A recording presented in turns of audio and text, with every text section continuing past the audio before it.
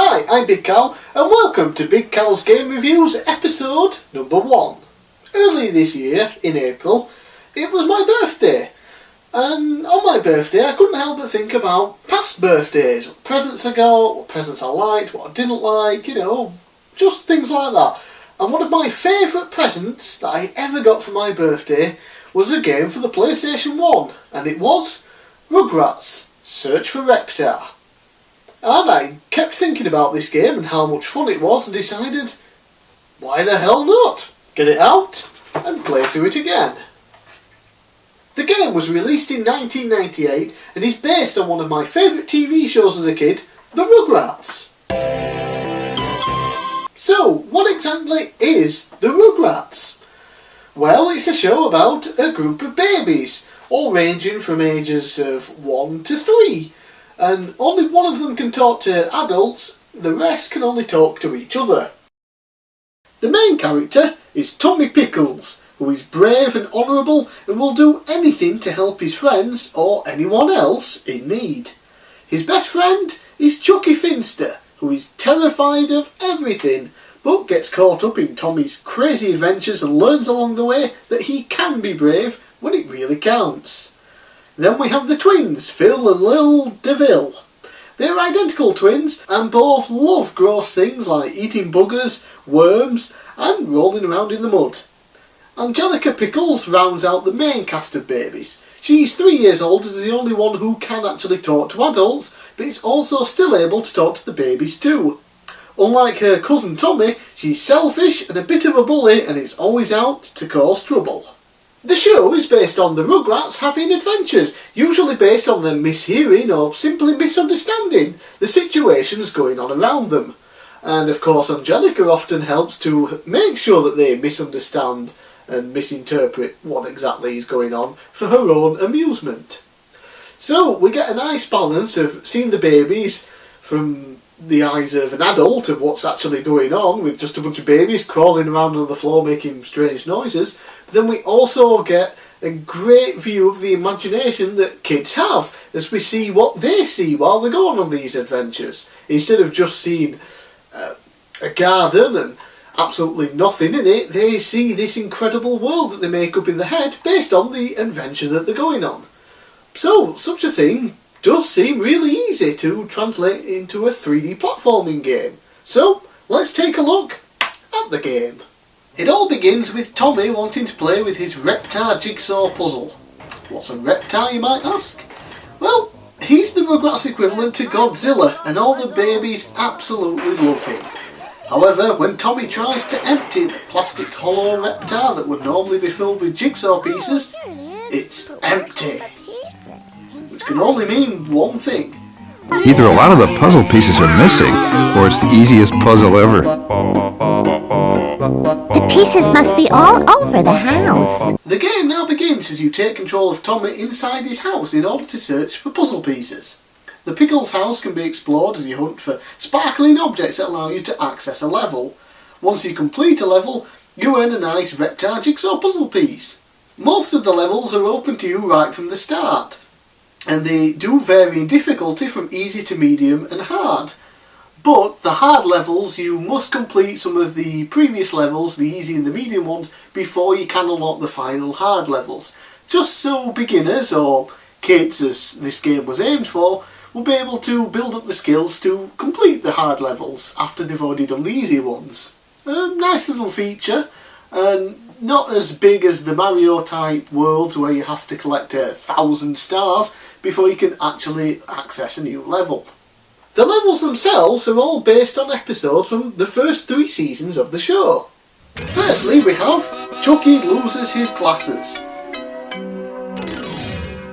During a game of hide and seek, Angelica tricks Chucky into taking off his glasses while counting, and then steals them, forcing Chucky to search for all the babies while being partially blind.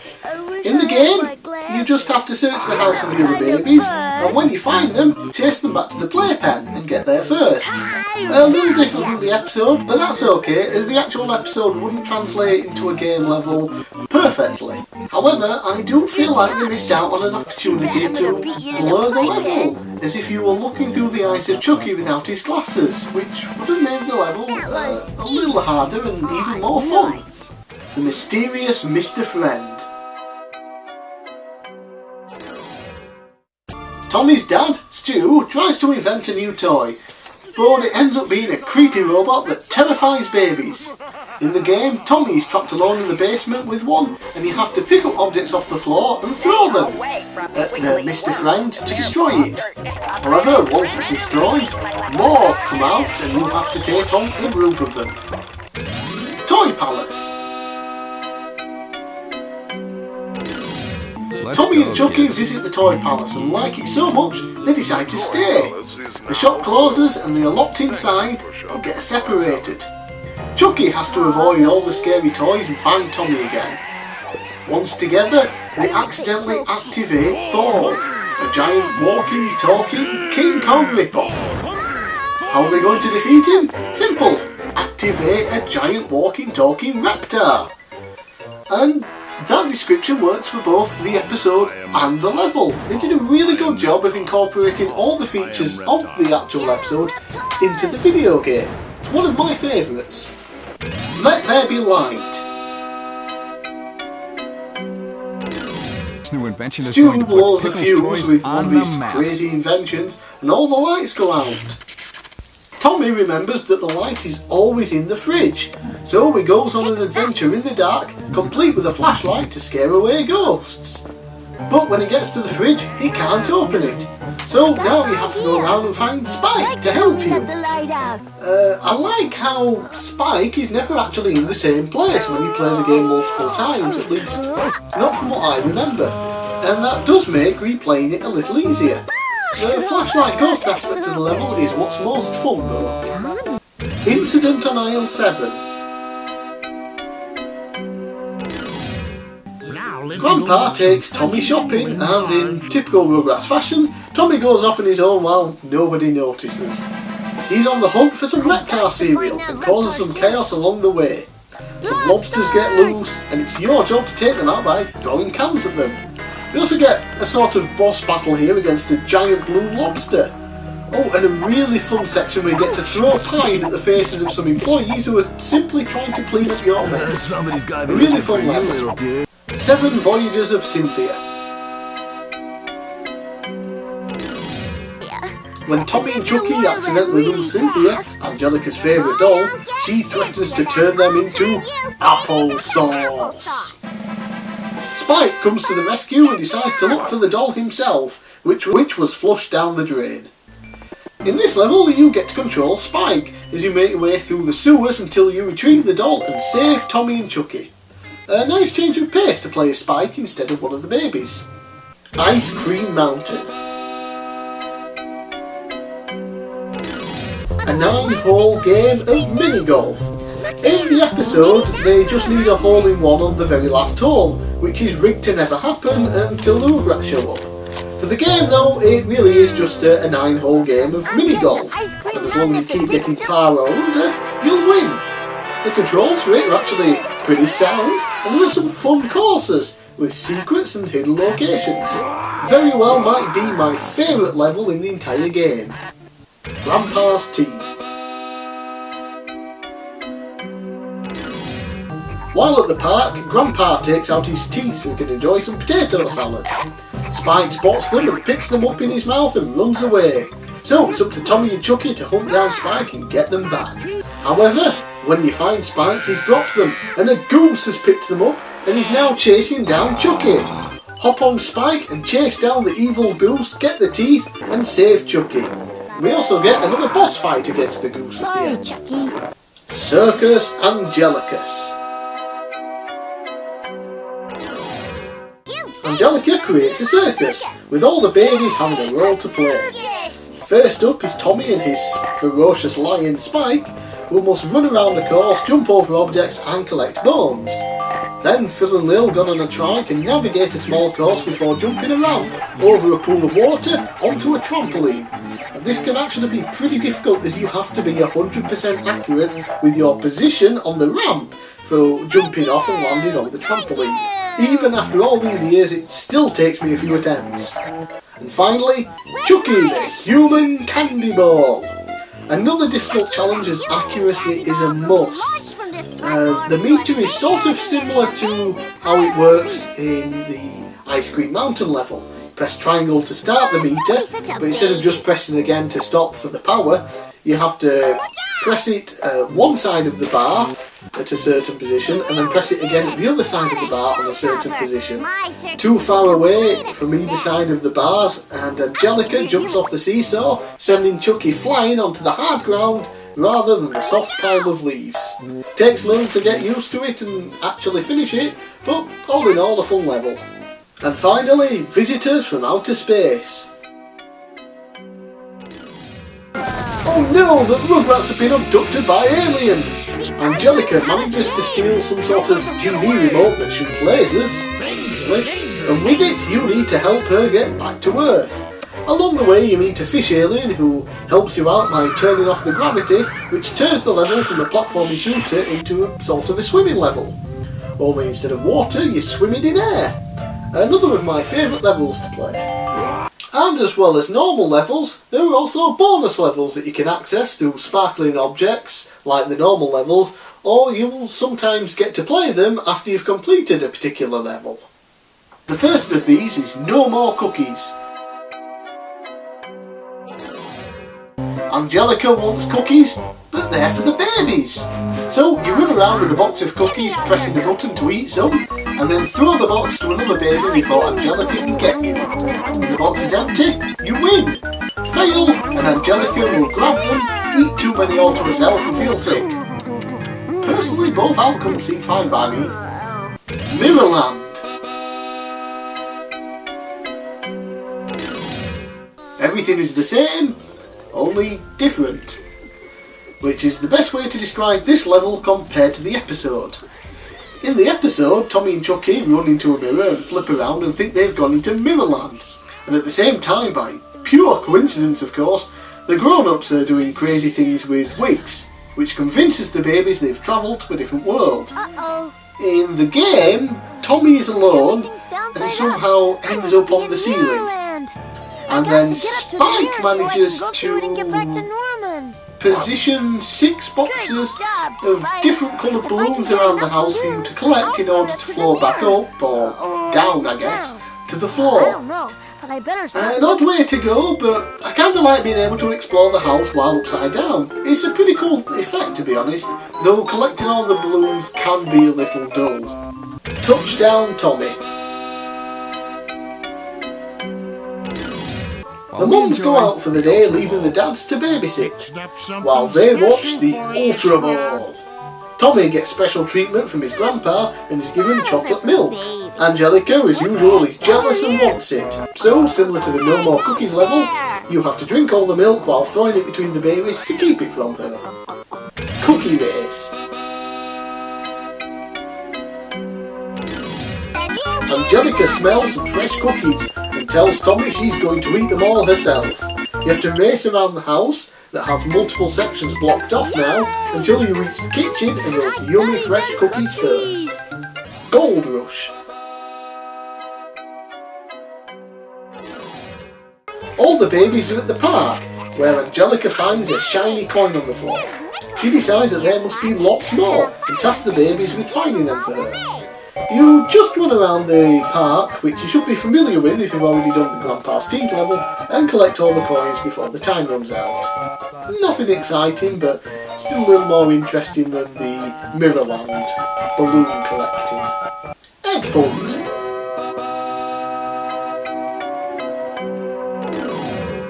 Another collectathon level, this time featuring Tommy collecting Easter eggs around the house before Angelica can get them all. And finally, Reptar 2010. Once you've collected all the puzzle pieces, you get to control Reptar and destroy a city. Just a nice fun way to end the game. And those are all the levels in the game. For me personally, I think this is just the right amount. I mean, for starters, it is a kids game, aimed at kids, so it doesn't need to be some 100 plus epically long game like the latest Mario, for example, on the Wii U. Plus, this is based on a TV show, and episodes from just 3 seasons of that show. So for me, I think they did a wonderful job of perfectly picking out the episodes that would have translated the best into a game. That being said, there are a couple of episodes that I noticed that would have been a good addition to the game. These are Candy Bar Creepshow. Like the Let There Be Light level, they could have played around with ghosts and other monsters from this Halloween-inspired episode. The babies are on the hunt for Reptar bars, which is this game's collectible equivalent of coins in Mario. And what better way to use them than put them into a level? King Tenpin. Set in a bowling alley, with the babies exploring behind the scenes and uncovering a cheater. It would have made for an interesting change of venue for the game, and some fun platforming too. And finally, Sand Ho. A pirate-themed episode with the babies looking for hidden treasure and having to battle Angelica to get it. A fight with Angelica at the end could serve as a nice boss battle of sorts, along the same lines of the Goose, Lobster and Mr. Friend. And those were just the first 3 episodes that jumped out at me from the first few seasons of the show that the game was based on. Well, it's one thing to list all of the levels in the game and how fun they might sound based on the premise of the episode they're based on, but how is the actual game to, play? We'll start with the controls. So, as with the typical PS1 game, you move with the D-pad as you might expect, and if you hold the square button down, you can do a slow walk. The actual moving feels a little sluggish, as does the jumping, done by pressing X. However, for me, I think it was designed this way. Let's face it, you're controlling a baby. They don't exactly move around with the ease and grace of someone who's been walking for longer than a year. At least, that's how I like to look at it. The sluggish feel of the controls never really hinders the gameplay until you start jumping. And again, the excuse can be made that these are babies and jumping shouldn't be easy for them anyway. But at times it can become a little frustrating jumping from one platform to another. To move the camera around, the 4 L and R triggers are used. Honestly, they don't do a bad job of controlling the cameras here. I've certainly played a lot of other 3D platformers with far worse cameras. At times the camera can get in the way, but very rarely in my experience. The circle button lets you pick up and put down items, which range from a torch, ball, can, and random toys around the house. The triangle button allows you to throw items that you've picked up, such as the ball or can, which can be used to attack enemies. A nice little touch is that you can actually go into the garden and play fetch with Spike. Pick up a ball or a stick, throw it, and Spike will fetch. The triangle button can also be used to turn the torch on and off, as well as fire a laser out of the TV remote weapon that you get from the Visitors from Outer Space level. All in all, the control scheme is well put together, and after only a few minutes of playing the game for the first time, you'll easily pick them up and be used to them in no time at all. Jumping is the only real issue I tend to have while playing the game, but honestly, even that can be justified, like I said before, with the fact that you're controlling babies. Throwing objects at strange enemies and collecting Reptar puzzle pieces isn't the only thing you do in this game though. As I mentioned before, the Mario coin-like collectible in this game is Reptar bars, based on Reptar bars from the actual show. If you collect a certain amount of these, you get a new puzzle piece, which is an absolute must because there are 12 pieces in total and only 10 levels. Now, true, one of them is given to you straight from the beginning, so you only really need to get one this way. However, it does save you time completing all the levels if you just want to have a quick play and complete it in no time at all. These Reptar bars can be found scattered around the Pickle's house, all the game levels, and are the reward for successfully completing the bonus levels. So, while these can aid you in completing the game much quicker, personally, I prefer to go through every single level and complete it that way. Much more fun. On your journey to collect all the puzzle pieces, you will of course run into some enemies. Instead of a normal life meter, your health is represented by a bottle filled with milk, known as the cry meter. Get hit enough times and the milk disappears completely, leaving you with a crying baby. Letting this happen means you return to the Pickle's house and need to restart the level. However, you can prevent this by refilling the meter with delicious cookies. A nice little touch as they embrace the Rugrats world. So the game definitely does a good job of adding certain elements of the show into the game to make it more fun. However, how does it look and feel compared to the show? Graphics wise, it isn't spectacular. Released in 1998, you wouldn't expect the graphics to be brilliant compared to now. However, when looking at other games released around this time in the same genre, it really doesn't compare to them. That being said, at least everything does look like it's supposed to, and you can easily tell who is who and what object is what. It just seems to be a little more blocky than a lot of other 3D platforming games in this time. Felt more like a Nintendo 64 style game in that way. Luckily though, the sound does a much better job at adding to the overall experience. The voice actors from the series are all here thankfully, and they do a great job. While running around levels, the characters will all say random quotes related to the location and level that they're currently in, which is really nice. Where's that ice cream anyways? The music is really good too, firstly with the Rugrats theme being here and sounding pretty great.